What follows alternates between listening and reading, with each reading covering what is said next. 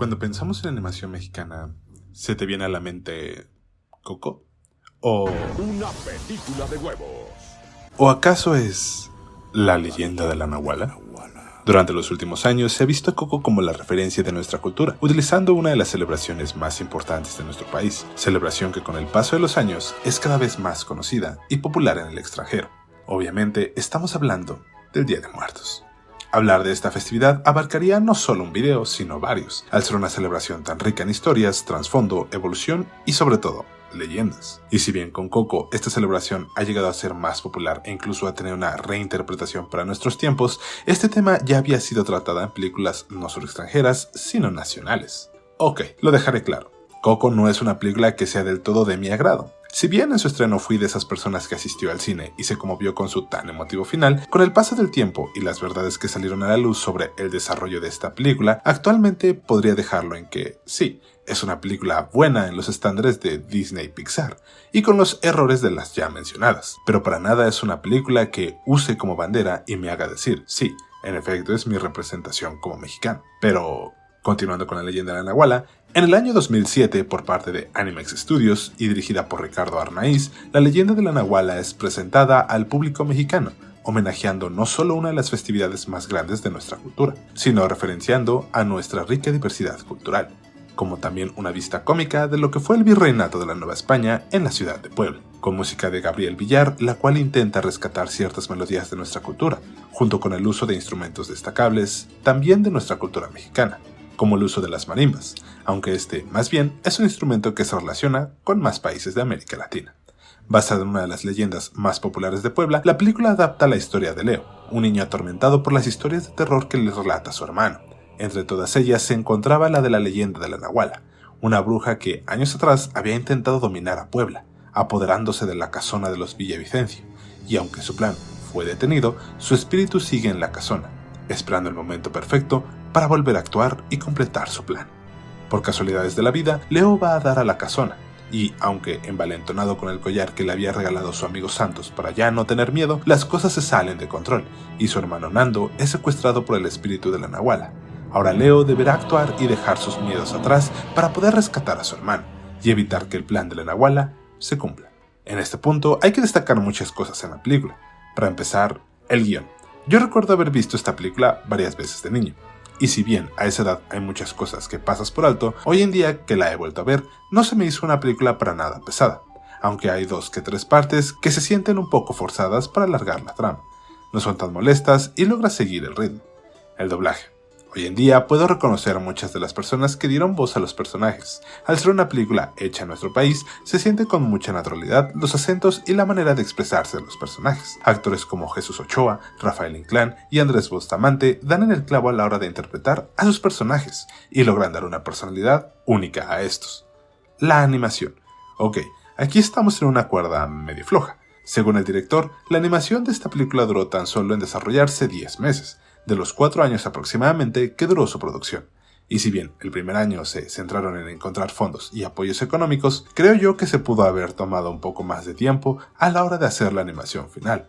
En su mayoría la película se ve bien, pero hay partes donde la proporción de los personajes empieza a ser un poco rara, seguido de que se siente un simplismo y conformismo en varios diseños. La Nahuala es un ejemplo, creo yo, de algo que se pudo haber refinado respecto a su diseño final, y que se siente como si el dibujo fuese incluso amateur, por la sencillez y lo tosco que se llega a ver en algunas escenas.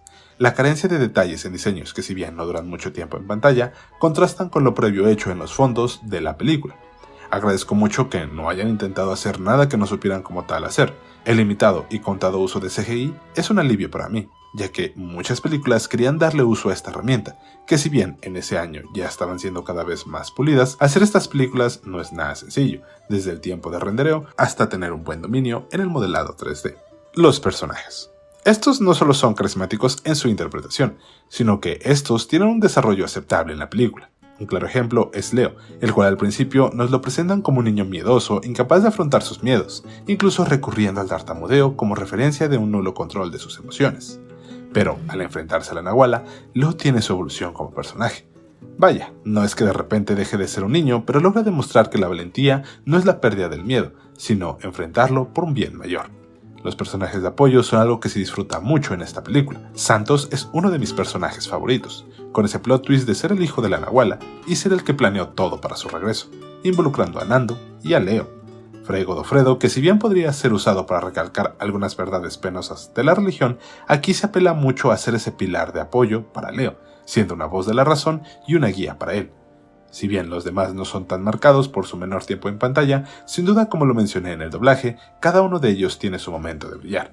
Toñita y su referencia a chistes más maduros, Xochitl y Teodora, que si bien son estereotipos de las clases sociales en México, esto para la época no era tan mal visto. Don Andrés y el Alebrije, representando esa mezcla del México prehispánico y la madre patria España, dejando en claro el concepto del alebrije, que hoy en día fue reinventado para convertirse en algo más comercial. Anteriormente era una mera interpretación artística que hasta incluso su propio creador no podía describir al detalle. Creo que la mejor descripción la tiene el propio alebrije. Los alebrijes somos sueño y realidad. Mitad de un animal, mitad de otro, y la otra mitad es pura cola. Sin duda, alrededor de la película hay momentos que siempre me van a encantar. La interpretación de Loco Valdés era una de mis favoritas de niño, que si bien ahora no es que me produzca mucha risa, sigue siendo bastante disfrutable por la manera en que está desarrollada la escena. Las Calabritas de Azúcar y sus apariciones parecen siempre estar fuera de contexto, y aunque en algún momento llegan a ser repetitivas, se nota ese interés de crear personajes que sean mascotas de la franquicia, más allá de los personajes principales. Mucho se dice que el mexicano es malinchista en su mayoría, clasista y que solo cuando lo ve por fuera saca su patria reprimida. Y con acontecimientos mediáticos como Coco, creo que esta descripción les embona a muchas personas. Pero siempre ha habido gente que quiere compartir lo rico que es y siempre ha sido la cultura de México. Más de 500 años de cultura respaldan a este país, y actualmente con una diversidad increíble. Como hay una variedad inmensa de mexicanos, por así decirlo. No es lo mismo el México de la ciudad como el México del sur o el México del norte. La leyenda de la Nahuala fue un proyecto que le apostó a la incertidumbre, escogiendo una leyenda que para en ese entonces, e incluso ahora, no es de las más populares, tomándose la libertad de contar una historia, por así decirlo, experimental y no tan comercial, confiando en sus capacidades para relatarnos una brillante aventura. Apuesta que al final ganaron, con un costo de desarrollo de alrededor de 20 millones de pesos, se logró recaudar el doble, aunque algunos dicen que costó menos su producción, pero en la investigación para este video solo encontré el costo basado en una entrevista al director en el año 2007. Aún así, recaudando poco más del doble, logró tener luz verde para seguir con una secuela, la cual estaba puesta sobre la mesa al finalizar la primera entrega, con una muy buena aceptación del público. Referenciando la cultura mexicana del 1800 y las culturas antiguas al virreinato, la leyenda de la Nahuala se colocó como un icono de la animación mexicana, hoy en día convertida en franquicia, la cual sigue dominando cierta parte del medio. Actualmente encontrándose en plataformas como Netflix y Disney Plus, puede ser disfrutada por niños y grandes alrededor del mundo. Si bien lamentablemente ha sido opacada por producciones más grandes a nivel internacional, la leyenda de la Nahuala debe de recordarse por lo que es, la casi perfecta representación del México en la animación para el mundo. La leyenda de la Nahuala.